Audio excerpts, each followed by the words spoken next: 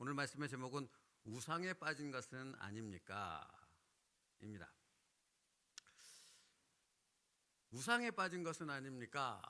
라는 말씀을 함께 나누기 위해서 먼저 우상이 무엇입니까? 하는 질문을 던져보려 합니다.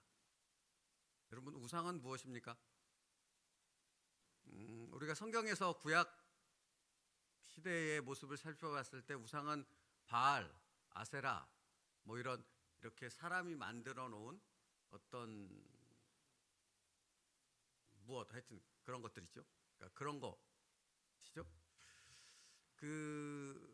예전에 신학교 다닐 때 실제적으로 이제 그 구약 시대 때 우상이 어떤 모습이었는가를 이렇게 사진으로 쭉 해서 한 권으로 만들어 놓은 책을 제가 본 적이 있는데 정말 다양한 우상들이 있더라고요. 근데 이스라엘 백성들이 여인들이 특히 가졌던 우상이 있어요. 그걸 보고 제가 참 신기했던 부분인데 성경에 보면 그 라헬이 자기 엉덩이에 깔고 앉았다고 그러죠. 드라빔이라고. 그러니까 이스라엘 백성 여인들이 우상을 섬기는 그런 잘못된 습관들이 신앙들이 이렇게 번지기 시작했는데 그러면 여인들이 어떻게 우상을 섬겼는가? 되게 이렇게 조그맣대요. 그러니까 손가락만한 거 우상이. 그러니까 그걸 여인들이 이렇게 엉덩이 말하자면 뒷주머니 같은데 이렇게 속주머니에다 이렇게 넣고 부적처럼 항상 가지고 다녔던 거죠. 그래서 그걸 의지했던 거죠. 누구를 의지하지 않고 하나님을 의지하지 않고. 그러니 점점 타락하게 되어지는 거죠. 그래서 야곱이 어떤 딸 디나 사건 이후에 하나님께로 돌아가잖아요. 근데 제일 먼저 한 일이 무엇인가? 온 집안의 우상을 다 긁어보아서 버리고 하나님 앞에 돌아가는 그 일을 합니다. 그러면 제가 왜 이런 설명을 하는가? 우상이란 무엇인가라는 질문을 드렸잖아요. 우상은 무엇입니까? 어떤 외형적으로 보이는 어떤 물건, 어떤 형체, 이런 것만이 우상이 아니라 사실은 우상이라는 것의 근본적인 의미는 내가 하나님을 향해 온전히 우리의 마음이 향해 있어야 하는데 이 마음이 하나님이 아닌 다른 것으로 돌이키게 하면 그 모든 것이 다 우상이 되는 겁니다. 그러니까 부모에게 있어서 자녀가 우상이 될 수 있지요? 그죠? 하나님보다 우선이 되는 것은 다 우상이 되는 겁니다. 그러니까 어떤 사람에게는 재물이 우상이 될 수도 있는 거고 또 어떤 사람에게는 자기 자신이 우상이 될 수 있는 거죠. 하나님보다 우선하게 되는 거고 하나님을 향한 그 마음이 아니라 다른 것으로 내 마음을 끌어당겨서 그것에 집중하게 한다면 그 자체가 우상이 되어 버린다 하는 것입니다. 이 예를 정확히 보여주는 성경의 예가 있는데 열왕기상 11장 9절에 보면 솔로몬에 대한 말씀을 기록하고 있어요. 근데 뭐라고 기록되어 있는가? 솔로몬이 마음을 돌려 이스라엘의 하나님 여호와를 떠남으로 여호와께서 그에게 진노하시니라 여호와께서 일찍이 2번이나 그에게 나타나시고 라고 말씀하세요. 솔로몬은 지혜의 왕이기도 하지만 믿음의 왕 아닙니까? 하나님 앞에 1000번제를 드리고 하나님을 사랑했던 왕이고 하나님을 위해 얼마나 애썼던 왕이었습니까? 그런데 방금 제가 읽어드린 말씀에 뭐라고 처음에 시작하냐면 솔로몬이 마음을 돌려 이스라엘의 하나님 여호와를 떠남으로 라고 기록하고 있다는 겁니다. 그러니까 그랬던 왕도 그 마음이 여호와 하나님을 떠나 다른 곳으로 향했다는 거죠. 그러면 여러분 우리가 알고 있듯이 솔로몬의 마음이 떠나게 된 어떤 그 원인 또 결정적인 그 부분이 무엇입니까? 정략 결혼입니다. 그래서 솔로몬의 아내는 몇 명이에요? 첩이 몇 명이고 정실이 몇 명이어서 총 도합 1000명에 이르지 않습니까? 그러니까 애굽이든 어디든 막 곳곳에 전부 다 그 나라들 그 공주들을 다 불러 모아서 결혼하여져서 힘을 키웠던 것이죠. 그 결과 솔로몬의 마음은 하나님으로부터 떠나게 되어졌다는 겁니다. 그래서 열왕기상 11장에 보면 마음을 돌아서서 마음을 돌려 솔로몬이 마음을 돌려라는 표현을 계속 반복해서 쓰고 있어요. 그러니까 다시 오늘 본문 오늘 말씀과 연결져서 생각한다면 솔로몬의 마음이 하나님을 떠나 우상을 섬겼다는 것이고 그가 섬기는 우상은 이방의 다른 나라들과 정략 결혼을 함으로 자기의 힘을 극대화시키는 것에 주력함으로 그 자기 자신의 마음을 향했던 그 뜻, 그 생각이 곧 우상이 되어졌음을 성경은 우리에게 말해주고 있는 것이죠. 그러므로 여러분, 우리는 늘 우리를 살펴야 됩니다. 우리도 알지 못하는 가운데 솔로몬처럼 그렇게 우리 스스로 나 자신을 또는 다른 어떤 것을 섬기게 되는 우상에 빠지는 그런 모습이 될 수 있기 때문에 그런 것이죠. 그래서 잠언 4장 23절 말씀은 이렇게 말하죠. 무릇 지킬 만한 것보다 더욱 내 마음을 지키라. 생명이 근원이 이에서 남이니라. 이 말의 의미는 무엇입니까? 마음을 지킨다라는 말의 의미가 무엇이냐고요. 우리의 마음이 항상 하나님만을 향해 있어야 한다는 것입니다. 그러니까 여러분, 어떤 감정에 분노하고 우리의 생각에 집착하는 것 자체도 근본적인 의미로 들어가면 우상숭배가 되는 것입니다. 감정에 집착한다는 것은 무엇이에요?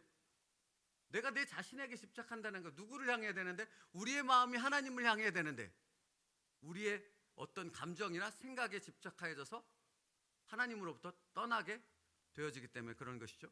그래서 챔버스 목사님이 이런 질문을 하며 우상이 무엇인지를 설명해요. 이와 지금 똑같이 당신은 마음이 우상을 바라보는 것은 아닙니까? 당신 자신이 우상은 아닙니까? 당신의 일이 우상입니까? 사역은 어떠해야 한다는 사상적 우상에 빠진 것은 아닙니까? 당신의 구원과 거룩의 경험이 우상은 아닙니까? 이렇게 설명해요. 맞죠? 동일한 설명을 챔버스 목사님도 하고 있는 거죠. 그러니까 여러분, 제가 사역자니까 사역자도 우상 숭배에 너무 쉽게 빠질 수 있는 거예요. 왜냐하면 제가 늘 교육자들과 얘기 나누는 부분이 틀을 갖지 말라 얘기하는 거거든요. 내가 무언가 그 틀을 갖고 그 틀에 갇히잖아요. 그 자체가 우상 숭배가 되어진 거예요. 왜? 하나님의 뜻은 상관없거든요. 이 틀, 이 기준에 맞느냐 틀리느냐, 그것에 옳으냐 그르냐에 빠져서 하나님께서 지금 나를 통해서 어떤 사역을 원하시는지는 전혀 관심이 없어져 버리거든요. 여러분, 이건 되게 중요한 부분입니다. 그러면 우리의 신앙도 마찬가지 아닙니까? 제가 늘 말씀드립니다만 교회에서 축복을 얘기할 수 있습니다. 성공을 얘기할 수 있습니다. 잘됨을 얘기할 수 있다고요. 그런데 그 자체가 목적이 되어지는 순간 그 자체는 무엇이 되는 것입니까? 우상이 되어지는 거라고요. 그러니까 교회에 와서 축복만을 구하게 되어지는 그런 잘못된 신앙에 빠지게 되어지는 거죠.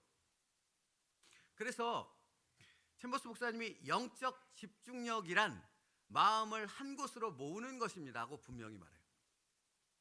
영적인 능력이 뭐라고요? 우리의 마음을 오직 하나님께만 집중하는 것이 영적인 능력이라고요.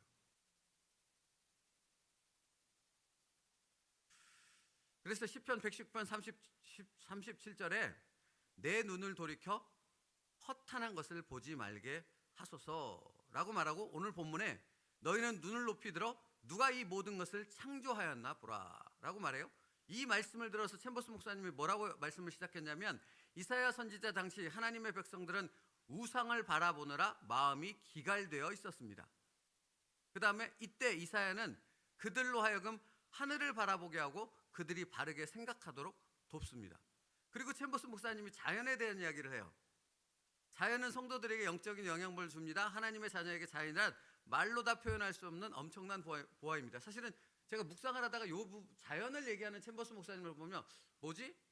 이거는 왜 기록하고 있는 거지? 그리고 뒷부분에 우상 얘기로 넘어가거든요.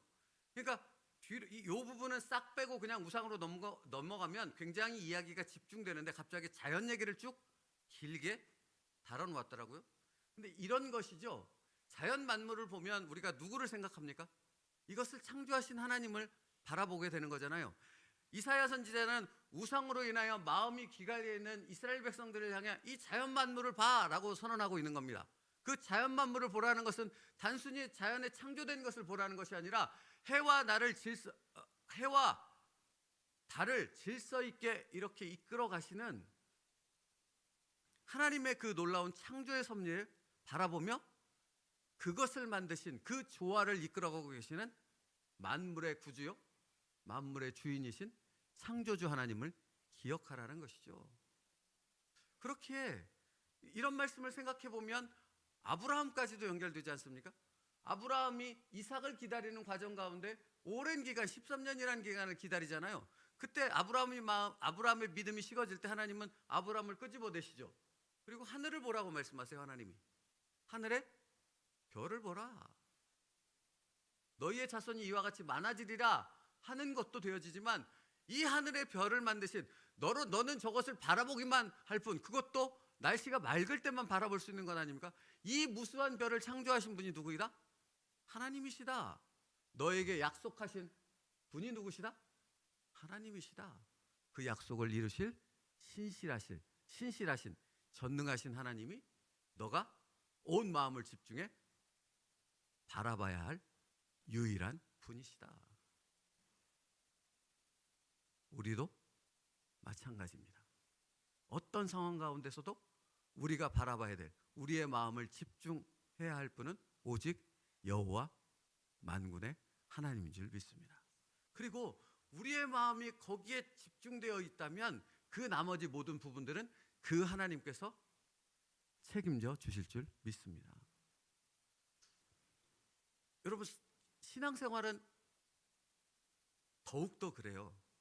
여러분의 신앙의 연수가 깊어지면 깊어질수록, 더 오래되면 오래되어질수록 여러분의 집중도는 더 강력해져야 합니다. 여기서 집중도가 강력해져야 된다라는 말이 이거예요. 여러분이 신앙생활을 시작한 지 1년이 되어졌든지 아니면 30년이 되어졌든지 신앙이 성숙하는 하나님의 성화의 과정을 밟아가는 건 동일하죠. 그 말은 무엇이냐면 우리의 신앙의 삶은 결코, 제가 피곤해서 그렇습니다. 말이 계속 그러네요. 하여튼 근데 결코 녹록하지 않다라는 거예요. 계속해서 우리를 넘어뜨리는 시험과 도전이 있다라는 말이에요. 1년이든 30년이든. 근데 여러분 30년, 그러니까 1년 신앙생활을 한 분과 30년 신앙생활을 한 분과는 달라야 하는 거예요. 뭐가 달라야 합니까? 어떤 시험거리가 오고 어떤 문제가 왔을 때 그것을 돌이켜 하나님 앞에 집중하는 그 집중의 능력, 그것을 돌이켜 재빠르게 하나님 앞에 서는 모습이 전혀 달라야 한다고요. 똑같으면 안 된다고요.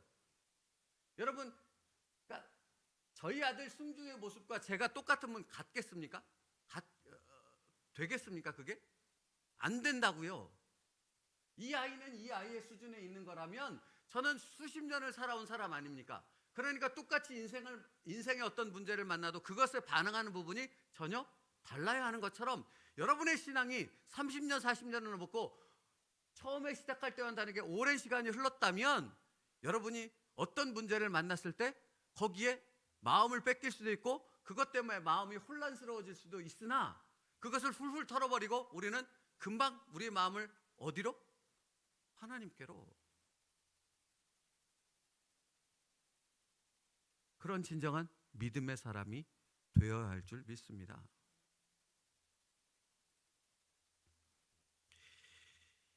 그래서 챔버스 목사님이 이렇게 말해요. 우상에 빠져 있다면 하나님을 향한 마음이 기갈된 것입니다. 이러한 경우 어려움이 오면 이길 힘이 없기 때문에 어둠 가운데 머물게 됩니다. 우리가 우상 숭배에 빠지지 말아야 될 것이 이것이라고, 영적 능력을, 영적 집중력을 잃어버리게 되어진다라는 거예요. 그러니까 이것을 회복하려면 우리의 마음이 온전히 하나님께 향해 있어야 된다는 거예요. 이 말 생각하는데 딱 면역력이라는 단어가 떠오르더라고요. 인간의 신체가 약해지는 것은 면역력이 약해지면 약해지죠. 면역력이 약해지면 아주 조그만 질병에도 금방 쓰러져 버리는 것 아니겠습니까? 영적 면역력이 필요하다고요. 그게 뭐라고요? 우리의 마음이 온전히 하나님께 향하고 있을 때 우리의 면역력은, 영적 면역력은 최고조가 되는 것입니다. 그래서 신명기 6장 5절에 너는 마음을 다하고 뜻을 다하고 힘을 다하여 내 하나님 여호와를 사랑하라. 뭘 다하고? 마음을 다하고. 이 말씀을 그대로 예수님이 인용하지 않으셨습니까? 너는 마음을 다하고 뜻을 다하여 주 너의 하나님을 사랑하라. 여러분, 우리의 마음이 하나님 앞에 고정되어 있을 때 어떤 시험거리도 우리를 넘어뜨리지 못할 것을 믿습니다. 나는 약하지만 내 마음이 하나님께 붙잡힌 바 되어졌을 때요. 그래서 챔버스 목사님이 이렇게 권면해요. 자신에게 얽매이지 말고 자유하십시오. 우상으로부터 멀어지십시오. 당신의 마음을 갉아먹는 어떤 것도 허락하지 마십시오. 스스로 일으켜 세우고 이사야가 백성들에게 주었던 내용을 붙드십시오. 너희는 눈을 높이 들어 누가 이 모든 것을 창조하였나 보라 하는 것입니다. 그러니까 오늘 한 주를 이렇게 또 시작하지 않습니까? 이번 한 주도 사단은 끊임없이 우리의 마음을 하나님으로부터 떠나게 하려는 도전이 있을 것입니다. 이것을 영적으로 분별하십시오. 영적으로 이것을 분별하는 것은 첫 번째 말씀이요, 말씀을 깨닫게 하시는 성령의 인도하심에 집중할 때 이것을 분별할 수 있습니다. 그러면 분별했으면 우리의 마음이 하나님을 떠나 다른 것으로 향하는 것을 허용하면 안 되겠죠. 붙잡아서 다시 하나님께로, 하나님의 말씀 앞으로 돌아서는 여러분의 결단이 있기를 축복합니다. 그래서 마지막으로 챔버스 목사님이 기도에 대해서 말해요. 기도가 막히는 이유는 기도할 생각이 없기 때문입니다. 여러분, 우리가 기도가 막혔다고 얘기하고 우리가 기도할 마음이 없어지는 것은 왜입니까? 내게 마음이 온전히 쏠려 있으면 그래요. 그죠? 내가 A를 계획했는데 하나님이 계획한 A대로 이끌어가지 않으셔. 그러면 여기 마음에 실망이 들잖아요. 그러면서부터 하나님에 대한 원망과 불평으로 이어지게 되고 왜 기도를 해야 되는 거야? 라는 이런 회의에 빠지게 되면서 기도 자체를 안 하게 되는 것 아닙니까? 그리고 생각하지 않는 어려움이 닥치면 또 기도를 안 하게 되는 것 아닙니까? 그러니까 기도가 막히는 이유는 근본적으로 우리의 마음이 하나님을 떠났다는 증거가 되는 것이고, 다시 기도를 회복시키기 원한다면 먼저 우리의 마음을 어디로 향해요? 하나님께로 돌이키는 것이 먼저 있어야 한다고요. 그때 기도의 문이 열리게 되어질 줄 믿습니다. 계속된 말씀을 들어보세요. 기도는 우리의 마음을 온전히 하나님께로 향하게 하는 아주 중요한 방편이 되어집니다. 그래서 사실은 하나님께서는 성경 말씀에 하나님은 무엇을 보신다? 마음의 중심을 보신다. 그래서 사무엘상 16장 7절 말씀이 떠올랐어요. 다윗을 왕으로 선택하여 기름 붓는 과정 가운데 앞에 형들이 먼저 지나가잖아요. 사무엘이 이 사람 너무 좋은데요 하나님? 첫째부터 시작해서 그랬더니 하나님이 뭐라고 말씀하세요? 나는 외모를 보지 않는다. 나는 그 마음의 중심을 본다. 여러분, 이게 신앙인 사역자가 가져야 될 마음이에요. 우리가 신앙의 삶을, 하나님의 사역을 감당하다 보면 힘들고 어려울 때가 많지 않습니까? 우리의 마음을 무너뜨릴 경우가 얼마나 많이 있습니까? 그때 우리의 마음이 어디를 향해요? 하나님께만 향하고 있다면 마음의 중심을 보시는 그 하나님께서 우리를 붙잡아서 그 사역을 끝까지 감당하게 하실 줄 믿습니다.